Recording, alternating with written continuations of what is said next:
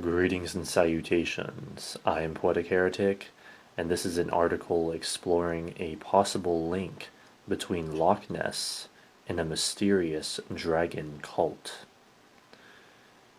The summer of 1969 was a very strange period in the quest for the truth behind the legend of the Loch Ness Monster.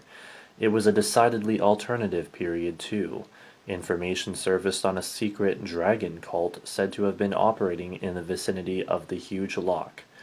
In early June of that year, 3 American students paid a visit to Loch Ness. The purpose was to check out Boleskine House, an old hunting lodge which burned down in 2015. It had once been owned by one of the key players in the world of the occult. We're talking about none other than Aleister Crowley. While walking around a centuries-old cemetery located close to where Boleskine House stood, the students came across a strange decorated piece of cloth. A tapestry, one might say. It was roughly 4 feet by 5 feet and was wrapped in a large sea snail shell. It was covered in artwork of snakes and words that were soon shown to have been written in Turkish. One of the words translated as serpent, which was a most apt description for the beast of Loch Ness. Turkey has its very own lake monster, which is said to dwell in the waters of Lake Van. Of the several other people who had the opportunity to see and examine the tapestry in June 1969, one was a dedicated Nessie seeker named Frederick Ted Holliday. He couldn't fail to make a connection between the Loch Ness Monster and the dragon and serpent-based imagery. Collectively, the above led Holliday to conclude that all of this was evidence of some kind of clandestine cult operating in the area. Holliday knew only too well that Aleister Crowley was linked to all manner of secret societies and the occult, and to Loch Ness itself. These were further factors that led Holliday to suspect the presence of a dragon-worshipping group in the area.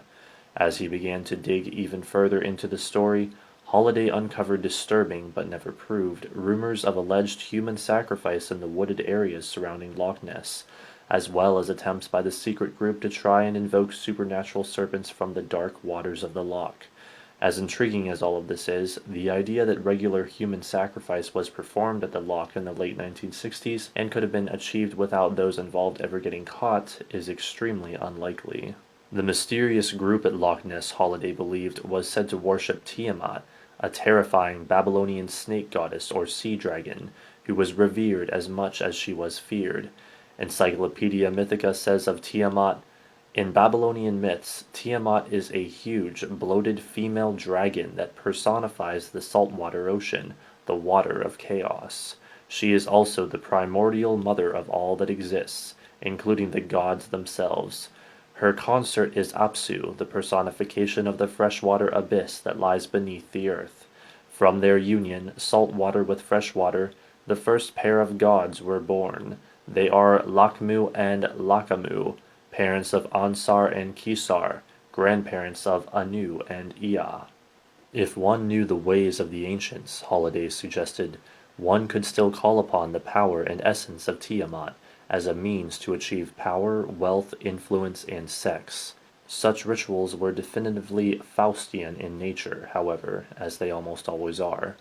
The conjurer had to take great heed when summoning the spirit form of Tiamat, lest violent, deadly forces might be unleashed.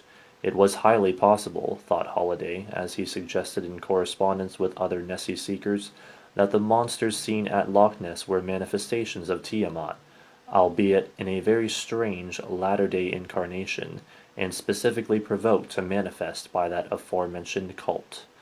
Nothing was ever conclusively proved, but the entire situation left a bad taste in Holliday's mouth, made him deeply worried for his own safety, and eventually helped convince him that the legendary creatures of Loch Ness were supernatural in nature.